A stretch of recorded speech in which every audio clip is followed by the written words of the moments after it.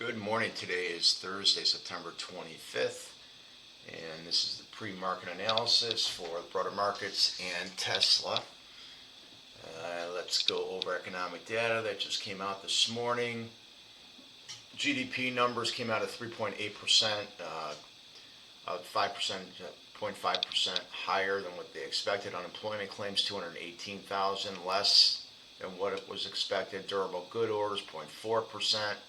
It's higher on month to month and durable good orders both month to month higher. And let's see here, GDP price index a little higher, no movement there. Let's go over trade balance, non-impactful there. And existing home sales is coming out at 9 o'clock today. I don't see anything else that's going to impact today, so those numbers are in the market right now, and it does not look like the market likes those numbers. So tomorrow, the last piece of economic data that we have is core PCE, and that comes out at 7:30. So let's get right into it. Let's see what these markets are doing right now. Let's just look at the ES. So once we lost this channel here, I was not looking for upside. I thought once we lost this channel, we were going to get the downside that we're getting right now. We are hitting the levels that I spoke of.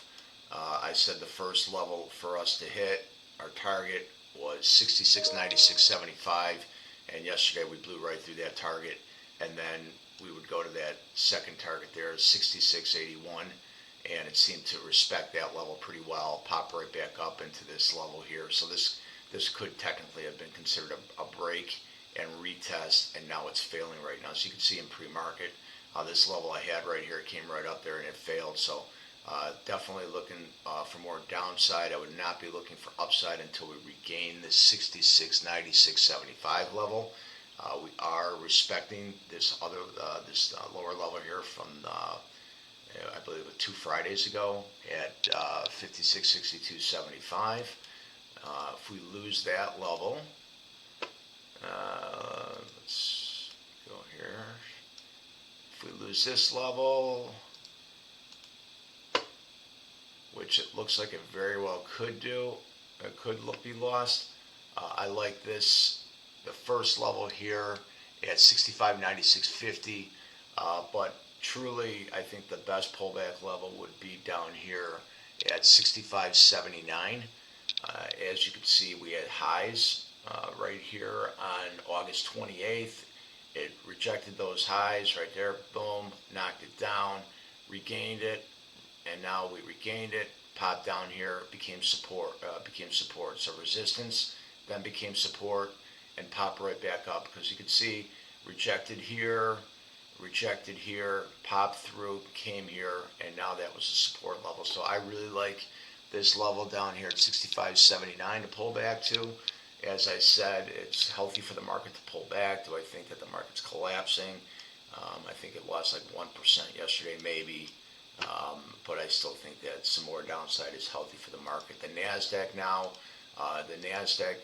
prior to yesterday, we were still in that channel, and as you can see, we now lost that channel on the NASDAQ. I had this first level here, pre-market, on September 16th, that I thought was a good level. You can see yesterday during trading, it respected that level, bounced back up, and now today we're losing that level. So this level that I had down here, as you can see, this is a rejection level. Same thing with the ES, pop right back up, use it as support. Didn't quite come down here in pre-market for support, but it was still respecting that, and we stayed in that channel. But now we lost the channel, and now we're losing this 24,647.25 level, and now we're approaching this Monday high of 24,556.75. We lose that level, which it looks like it's going to try to get there right now for the NASDAQ here. Well, for the NASDAQ, I've got this pullback level all the way down here at 24,235. So another 300 points or so that we could lose. If we lose this 916 low at 24,499, call it 24,500. We quickly moved down to this level of 24,412.75, and if we lose that level, we're pulling back down here. So looks like the data that was put out this morning is not being received kindly. So today, I think what we're looking for going into the market is we're looking for pops and fades, meaning we want the market to pop up a little bit and then fade that rally. But getting into Tesla now, sometimes Tesla doesn't really care what the rest of the market is doing, and it does, and it acts like a beast of its own. So let's go into yesterday.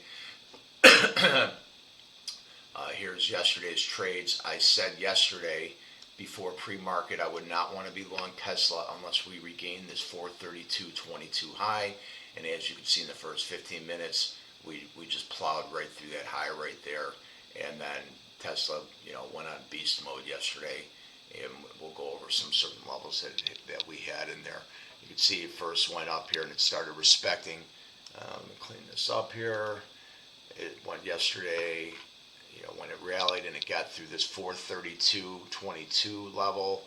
It rallied up to this January 17th high I had in there at 439, and I said once we got there we were going to quickly move up there, and we sure did. Really, no buyers in here in the first, this 15:30 first hour, and then it popped up here, rejected a little bit, and then we popped right through it. So now we are now losing that level in pre-market, 439.74. Key level that I'd be looking at right now is right down here. I wouldn't say it's a key level, but it's a level that you should pay attention to. Is 433. I'll just put an easy dotted line there, and we'll go here. We'll make it gray, and we'll just put an easy dotted line there. So 433.28. You can see how right here it came down to this level. It bounced right off it, and then we pushed higher. And then in post-market yesterday, we got up to 450. And I've had this, when I have these red rectangles up here, that's a sign of resistance that if you're in that market and you're in a trade at that time, you need to be prepared because there could be some rejections. And as we can see, it rejected, pretty strongly there now. So here we are pre-market. We still have a fair amount of time before the market opens up. And like I said yesterday, or like I say all the time, pay attention. Just don't don't look at the size of the candle here. Always pay attention to the volume that you have here. And I have my volume down here. So a lot of things that I have on my charts are scripts that I write. And if you go down to the link below and you go to QOL Trading, you can learn a little bit more about what we do. Right now, what I pretty much do online here is I go over basics with people to try to get them going, get them understanding the basics of trading, so they can then take what I teach them and then become more advanced at a later date. If you go back and look, I've been trading for many years, and the funny thing is I go back and I look at what I used to do versus what I do right now. It's night and day. And all of that is, it's just like anything, the more computer time you have, just like if you're playing a sport, the more times, if you're playing golf or something, you go to the range, you work on your golf swing, you're going to become better. It's the same concept. You spend time on the computer, that's your time, working on your golf swing. It's the same thing. Spend thousands of hours looking at the computer, doing your back testing and watching what the market does and how it responds. So I'm mostly a technical trader, which means I pay attention to my levels, and then I add, then you have to pay attention to fundamentals. And that's why you look at the Forex factory every day, so you can see, what kind of fundamentals are impacting the market right now. But nonetheless, once you get past those, that data that comes out, then you have to pay attention to your levels. So right now, as I'm looking at Tesla for today, if we do not regain this 440 level right here, I think we still have some more downside. If we do regain this 440 level, I do like the upside, but again, we have to be careful on Tesla faking you out right now, and you can see that there's some sell-off happening right now pre-market. But I do like pullbacks that are happening here right now. Let's just get into some of these pullback levels here. See, we're approaching some pretty good levels right now. Right here, 430 is a pretty decent level. And let's go over some POC levels. POCs. So the POC levels that we had that are still open, though nothing's changed there. What we could see is the pre-market is setting up a POC here at 437. So this will move because it's pre-market. So when the market is open, this is pretty much sturdy, and it stays where it's at, right? But this POC level, this is going to fluctuate, because the reason why is because there's not a lot of volume that's happening in here. It looks like, these candles look pretty big. Like I said, there's definitely selling pressure happening right now. But once the market opens, I'll be able to draw a POC level when the market opens. But this is not set in stone yet. You can see there does not appear to be a lot of volume, at these levels right now. So as this market pulls down, this POC level is going to pull lower as well. So by the time the market opens, this POC level right here that's sitting at 437.36 could realistically be at 434 by the time it moves. So you can see as we pull down, this yellow line right here is going to keep pulling down. And, because this is part of my script, and this is everything that I go over with our QOL trading program. And let's get right into yesterday's 5-minute opening trade. Let's see. So yesterday's 5-minute opening trade, just like I said, if we get above that 432 level, we were going to push higher. And so you could see right here on the market, when the market rate opened real quick, you had a 429.03 low, 433.25 for a high. So you could have taken this, from this 433.25. We rallied real quick up to 440 at $7. I'll show you how that works and the premium pricing. One thing I want to point out too, this is one basic trade that I show you, is that 5-minute opening range trade. I have several more advanced trades that I use, but this is a perfect example of what I would use during the day. So during the day, I try to only make 3 to 4 trades. You don't want to be clicking the mouse. When I first started, I was clicking the mouse left and right. Oh, I saw this, I see that. You're not going to succeed that way. You have to iron it down to your A+ type trades, and then you have your risk management associated with that. And when I first started trading many years ago, I actually first started trading. I was actually on the floor of the S&P pit, so I was physically in the pits, muscling up against guys that were taller than me, and standing your ground. And we were actually physically trading there, and then all the pits became extinct, and then trading went off the floor, and I went off the floor in I would say 1996. So I've been trading off the floor for 30 years or so. So some of my experiences are when trading becomes boring, you then become a trader. When you first start trading, it's so exciting. Oh, I'm going to make millions of dollars, and I'm going to be buying jets and this and that. That's not realistic. Is it possible? Of course. But is it realistic? No. But can you make a really nice living without putting in 70, 80-hour weeks? Yes. But one thing, you have to have a passion for what we're doing. So getting back to what I was starting to say is, so this is my first initial setup right here. And then a more advanced setup is a pullback to this level. And I took this trade yesterday. Yesterday I had a very good day.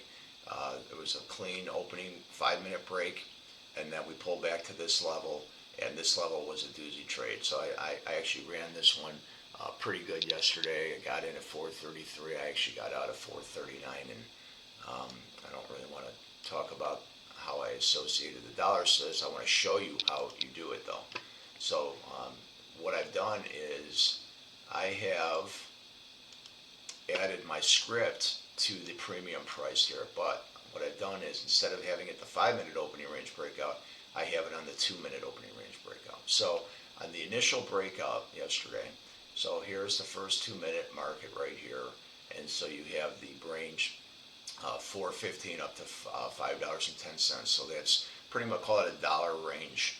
So if you took this opening range break right here at $5.10 yesterday, you know, you could have ridden the first, what is this? What time is it there? The first literally 25 minutes of trade. If you got in at $5.10, you could have taken it up to $7.80. So right there, you have there's a dollar, call it a dollar, there's a dollar there, there's 2.70-ish or something. This is how you can make your money really quickly. And if what I was saying is, if you buy it at $5.10, it costs you $510, right, for a one lot. And then you could just do the numbers from there. If you did a 50 lot and you wrote it up, if you wrote it up $1, you're making $5,000. If you wrote it up $2, you're making $10,000.